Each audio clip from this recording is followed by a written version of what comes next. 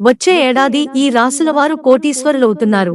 జ్యోతిష్యం ప్రకారం ప్రత్యేక ప్రాముఖ్యత కలిగిన శనిదేవుడు అరుదుగా సంచారం చేస్తుంటాడు.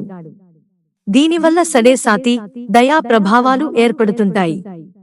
7 సంవత్సరాల వరకు వీటి ప్రభావం ఉంటుంది.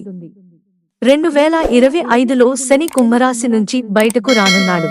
ఈ తరుణంలోనే శశ మహాపురుష రాజయోగం ఏర్పడుతోంది. దీని ప్రభావం ఏ రాశుల వారిపై ఎలా ఉంటుందో తెలుసుకుందాం.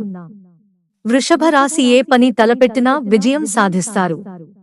ఆర్థిక పరిస్థితులు అనుకూలంగా మారతాయి. కుటుంబంలో సంతోషకరమైన వాతావరణం నెలకొంటుంది. వ్యాపారాల్లో మార్పులున్నాయి.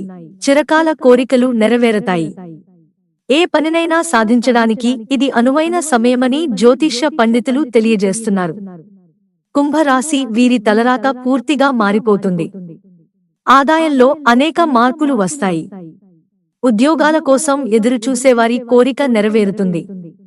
విద్యార్థులు పోటీ పరీక్షల్లో విజయం సాధిస్తారు. వ్యాపారాలు చేసేవారు పెట్టుబడులు పెడతారు. భార్యాభర్తల మధ్య అనుబంధం బలపడుతుంది. కుటుంబ సభ్యులతో లేదంటే స్నేహితులతో కలిసి ఆధ్యాత్మిక యాత్రలకు వెళతారు. మకర రాశి ఏలిన నాటి శని ప్రభావం తొలగిపోతుంది.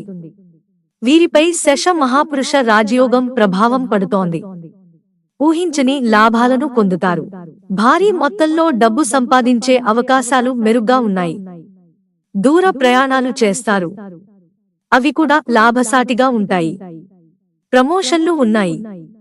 పనిచేసే చోట గౌరవం లభిస్తుంది. కుటుంబంలో సంతోషకరమైన వాతావరణం నెలకొంటుంది.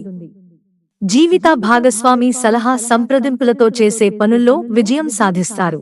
సొంత నిర్ణయాలు పనికిరావు. మిత్రులారా, ఛానల్ సబ్స్క్రైబ్ చేసుకోవడం మర్చిపోకండి. ధన్యవాదాలు.